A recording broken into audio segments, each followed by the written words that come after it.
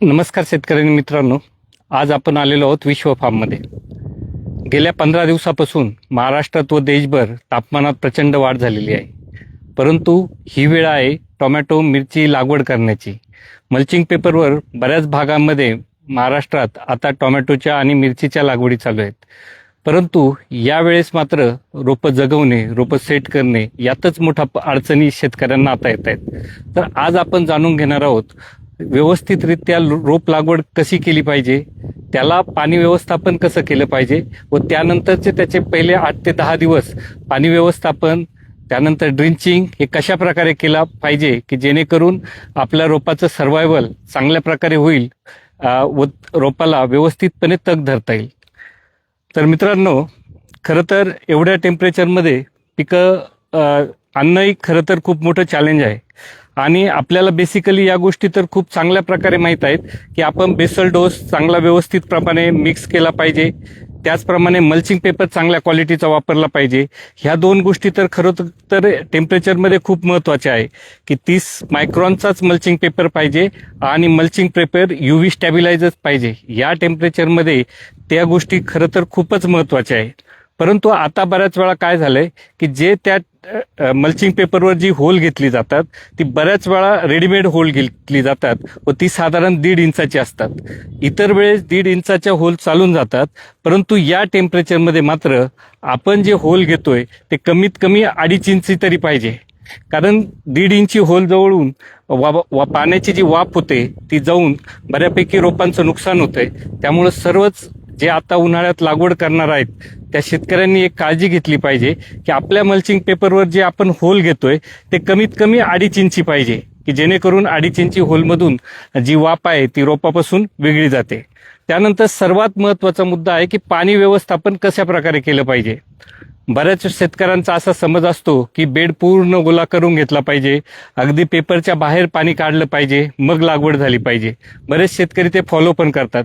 परंतु मित्रांनो, जरी टेम्परेचर जास्त असलं तरी आपण जर जास्त पाणी दिलं आणि अगोदरच बेड खूप पूर्णपणे बेड ओला करून घेतला तर त्या प्लॉटमध्ये मॉर्टॅलिटीचं प्रमाण हे जास्त दिसून येईल. खरं तर सायंटिफिकली किंवा योग्य पद्धत हीच आहे की आदल्या दिवशी पाणी सोडलं पाहिजे. एक 4 ते 5 तास फक्त पाणी सोडलं पाहिजे. म्हणजे जमिनीचा बेडवरचा 6 ते 8 इंच जो भाग आहे तेवढाच फक्त आपल्याला ओला करायचा आहे. पूर्ण बेड ओला करू नका, त्याचे उलट इफेक्ट होतात. आता बरेच शेतकरी म्हणतात त्याचा परिणाम कसा होईल. तर मित्रांनो, ज्यावेळेस आपण पूर्ण बेड ओला करतो त्यावेळेस बेड ओला झाल्यानंतर ज्यावेळेस आपण रोपांची लागवड करतो व पाणी देणं बंद करतो त्यावेळेस जो खालचा भाग ओला झालेला आहे तो ओल्या भागाची तेथील पाण्याची वाफ होते व ती वाफ एवढी भयंकर असते व ती जाण्यासाठीचा एकमेव मार्ग असतो तो म्हणजे ते होल. त्यामुळं खालून जी हीट जनरेट होते ती हीट खूप मोठ्या प्रमाणात जनरेट होते. त्यामुळं पाणी जे आपण देतोय त्यावर कंट्रोल करणं गरजेचं आहे व 6 ते 8 इंचच भाग कशा प्रकारे आपला ओला होईल तेवढीच काळजी जर घेतली तर निश्चित त्या ठिकाणी मर कमी आपल्याला दिसून येते. याच्या ट्रायल्स पण आपण कंडक्ट केल्या. खरं तर आपण पण अगोदर हेच सांगत होतो की अगोदर 2-3 दिवस बेड पूर्ण ओले करून घ्या, पाणी मध्यभागी आलं पाहिजे, अगदी मधल्या भागापर्यंत ओलं झालं पाहिजे, हे आपण पण सांगत होतो. परंतु यावर्षी आपण बऱ्याच ठिकाणी 2 ते 3 ठिकाणी त्या ट्रायल कंडक्ट केल्या. त्या ठिकाणी असं लक्षात आलंय की ज्या ठिकाणी आपण पूर्ण बेड ओला केलाय त्या ठिकाणी मॉर्टॅलिटी जास्त प्रमाणात होते व ज्या ठिकाणी आपण 6 ते 8 इंच भाग ओला केलाय त्या ठिकाणी टेम्परेचर कमी डेव्हलप होतं. आणि हे सायंटिफिकली आपण व्यवस्थितरित्या ट्रायल घेऊनच सांगतोय. त्यामुळं मला वाटतं सगळ्याच शेतकरी बांधवांनी ही जर अशा प्रकारे जर लागवड केली तर निश्चित पाण्याचा जो अपव्यय आहे, पाणी जे वेस्ट जाते ते पण टळेल आणि जो काय आपल्याला मॉर्टॅलिटी होते पाणी जास्त दिल्यामुळे ती तर खरं तर त्याच्यापासूनही फायदा होईल. आणखी त्याचे असे तोटे होतात की समजा जर पूर्ण बेड अगदी गदगदीत ओला केला तर ऑक्सिजन त्या ठिकाणी कमी होतो, कारण हवा कमी जास्त जात राहते त्या ठिकाणी, ऑक्सिजनचं प्रमाण कमी होतं. त्याचप्रमाणे फंगसची वाढ होते. ह्याही गोष्टींचा त्या ठिकाणी त्रास होतो. त्यामुळं आपण जे पाणी देतोय त्यावेळेस पूर्ण बेड ओलं न करता 6 ते 8 इंचच भाग कशा प्रकारे ओला होईल याची जर काळजी घेतली तर निश्चितच त्याचा फायदा त्या ठिकाणी झाला पाहिजे, त्या ठिकाणी होतो आपल्याला. आता सर्वात महत्त्वाचा प्रश्न असतो की रोप तर आपण व्यवस्थितरित्या लागवड केली, त्यानंतर रोप लागवडीनंतर एक थोडा वेळ पाणी दिलं त्यानंतर झाडाची पाण्याची गरज किती असते. मित्रांनो, उन्हाळ्याच्या दिवसामध्ये आपण जर बघितलं असेल तर पानातून जे होणारं बाष्पीभवन असतं, या पानांमधून जे होणारं बाष्पीभवन असतं त्या बाष्पीभवनाचा वेग खूप जास्त असतो. तर ज्यावेळेस टेम्परेचर हे 40 ते 42 डिग्री सेल्सिअस असतं त्यावेळेस पाण्याचा बाष्पीभवनाचा वेग हे 8 ते 10 पर स्क्वेअर मीटर एवढा असतो. त्यामुळं आपल्याला जे पाणी द्यावं लागतं ह्या दिवसामध्ये ते डेली बेसिसवर दिलं पाहिजे. म्हणजे रोज जरी रोप लागवड जरी झाली असेल, आपण म्हणतो की रोप लागवडीनंतर पाण्याची गरज जास्त नसते, परंतु जी काय गरज असते ती डेली बेसिसवर दिलं पाहिजे. प्रत्येक पिकाला उन्हाळ्याच्या दिवसामध्ये पाणी देताना त्याची जी गरज आहे ती ओळखून आपण रोजच्या रोज पाणी दिलं पाहिजे. तर रोजच्या रोज देताना आज बरेच शेतकरी या ठिकाणी म्हणतील की रोज जर पाणी दिलं तर पाणी खूप जास्त होईल, परंतु ते पाणी जास्त होऊ नये यासाठी आपल्याला काय माहित पाहिजे का त्या झाडाच्या रोजच्या पाण्याची गरज किती आहे. तर समजा पाण्याची गरज अशा प्रकारे काढली जाते की जो बाष्पीभवनाचा वेग असतोय, आता ह्या दिवसामध्ये साधारण 8 ते 10 पर लिटर हा बाष्पीभवनाचा रेट आहे, गुणिले त्या पिकाची वाढीची अवस्था कुठली. आता रोपाच्या वाढीचा केसी जो पकडतो तो आपण 0.2 0.3 पकडतो. अशा पद्धतीने गणिताने जर काढलं तर ह्या 40-42 डिग्री तापमानात साधारणतः 1.5 ते 2 लिटर आपल्या प्रत्येक प्लांटची जवळजवळ गरज येते. म्हणजे रोज त्या झाडाला 1.5 लिटर पाणी पाहिजे.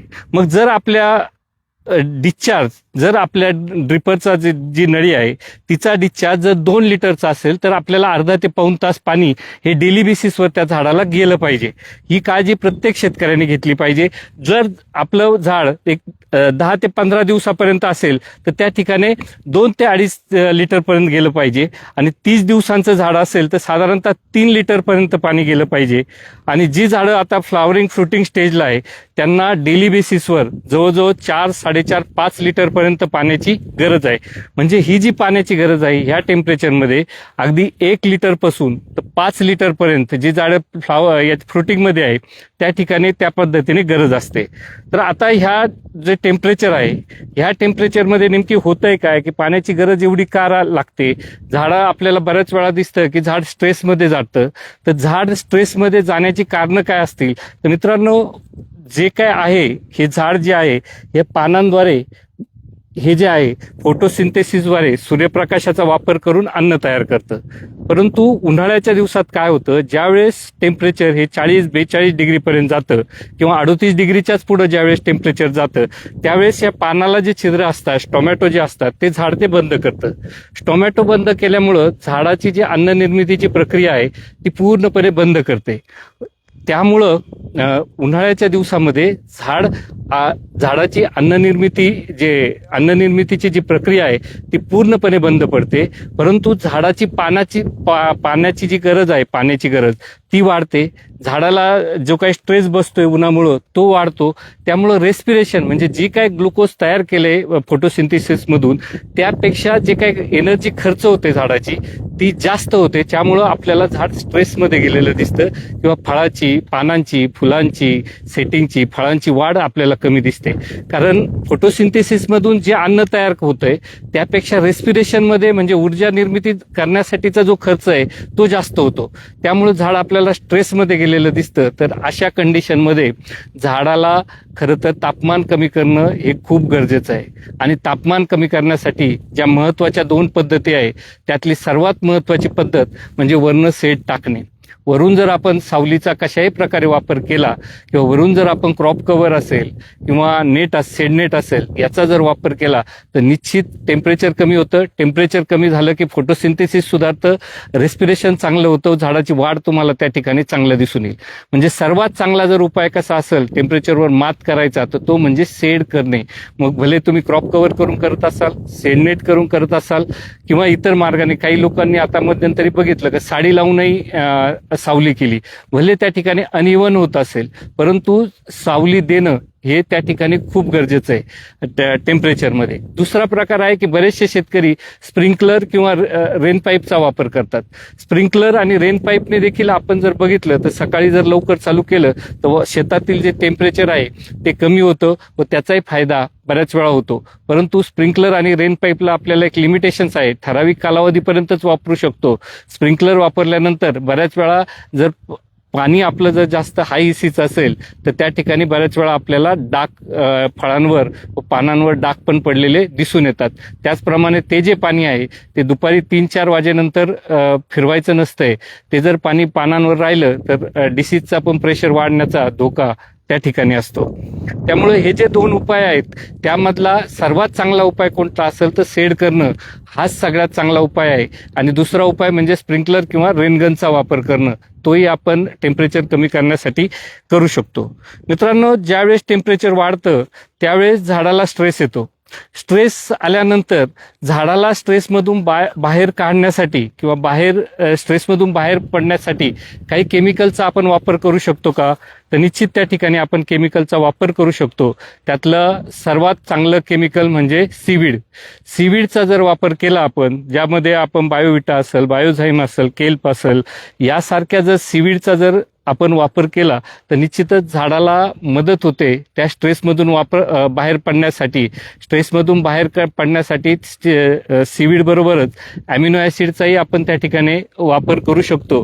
ॲमिनो ॲसिड, सीवीड आणि त्याचबरोबर सिलिकॉन या तिन्हींचा वापर आपण टेम्परेचरमध्ये झाडाला जो स्ट्रेस येतोय, जो झाडाला ताण येतोय त्याच्यातून झाडाला बाहेर काढण्यासाठी निश्चित आपण त्या ठिकाणी त्याचा वापर करू शकतो.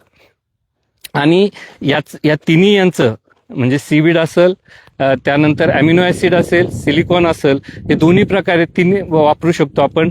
ड्रीपमधून खाली जमिनीतूनही देऊ शकतो आणि रेग्युलरली वीकली त्याचा जरी स्प्रे जरी घेतला तरी त्याचे खूप चांगले रिझल्ट ह्या तापमानामध्ये आपल्याला दिसून येतात. त्याचप्रमाणे बऱ्याच वेळा आपल्याला टेम्परेचरमध्ये रोप लागवडीनंतर त्या ठिकाणी फंगस दिसून येतो, म्हणजे बुरशीचा अटॅक झालेला दिसून येतो. आणि बुरशीचा अटॅक होऊ नये म्हणून बऱ्याच वेळा आपण त्याच ठिकाणी केमिकल औषधांचा वापर करतो. तर मित्रांनो, केमिकल ज्यावेळेस आपण रोपाला ड्रिंचिंग करतो बुरशीनाशकांची, त्या ठिकाणी खूप काळजी घेणं गरजेचं आहे.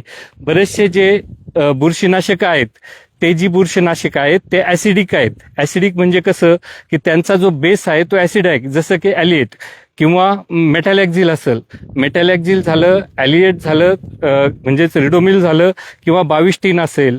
ही जी बुरशीनाशकं आहेत यांचं जे द्रावण आहे ते ॲसिडिक असतं आणि ते जर आपण ड्रिंचिंग केलं टेम्परेचरमध्ये तर बऱ्याचदा आपल्याला खोडं जळाल्यासारखे दिसतात.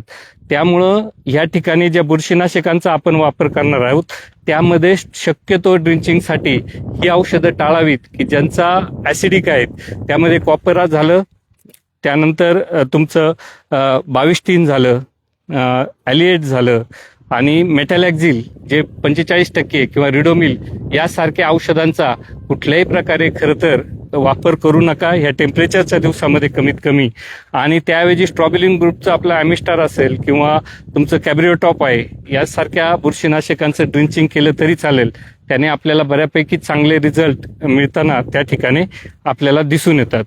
अशा प्रकारे जर आपण रोपांची जर चांगल्या प्रकारे काळजी घेतली तर निश्चित त्या ठिकाणी आपल्याला चांगल्यापैकी फायदा किंवा जी काय आपली मर होणार आहे ती मर होण्यासाठी अनेक कारणं असतात, परंतु हे छोटी छोटी जी कारणं आहे त्यांचं जर एकत्रित जर आपण केलं तर एखादं मोठं कारण तयार होतं किंवा रोपाची त्या ठिकाणी मर होते. त्यामुळे हे छोटी छोटी जर गोष्टींचा आपण जर योग्य प्रकारे काळजी घेतली तर निश्चितच त्या ठिकाणी आपल्याला फायदा दिसून येईल. मित्रांनो, हा जो आपण विश्व फार्मचा झेंडूचा प्लॉट बघतो, बरोबर 1 महिन्यापूर्वी म्हणजेच 2 एप्रिल रोजी या ठिकाणी प्रचंड मोठ्या प्रमाणात गारपीट झाली होती. त्या गारपिटीनंतर आपण हा प्लॉट तसाच ठेवायचा निर्णय घेतला. खरं तर झाडं त्यावेळेस खूप लहान होती व प्रचंड त्याचं नुकसान झालेलं होतं. अजूनही त्या गारपिटीच्या खुणा आपल्याला त्या झाडाच्या खोडावर दिसून येत आहेत की जे खोड आहे त्याच्यावर मार लागलेला दिसतोय. परंतु केवळ 31 दिवसामध्ये हा प्लॉट इतक्या सुंदररित्या डेव्हलप झाला व पुन्हा एकदा आता तर झेंडू तोडायला सुरुवात झाली. असंच टोमॅटोच्याही प्लॉटचं आपलं नुकसान झालं होतं, परंतु तिथं आपण परत पुन्हा नव्याने लागवड केली आहे. तो प्लॉट आता साधारण 20 दिवसांचा झाला आहे. त्याची ग्रोथ चांगल्यापैकी आहे. परंतु जर आपण व्यवस्थितरित्या गारपिटीनंतर जरी काळजी घेतली तर पुन्हा ते पीक नव्याने उभं राहू शकतं. झेंडूचं आज जर बघितलं तर आज जवळजवळ 1 ते 1.5 टन तोडून झाला आहे व अजूनही 1 ते 1.5 टन माल या ठिकाणी निघेल. खरं तर चांगली काळजी घेतली तर निश्चित चांगल्या प्रकारे गारपिटीनंतरही आपण उभं राहू शकतो, हेच या प्लॉटने दाखवून दिलंय. धन्यवाद.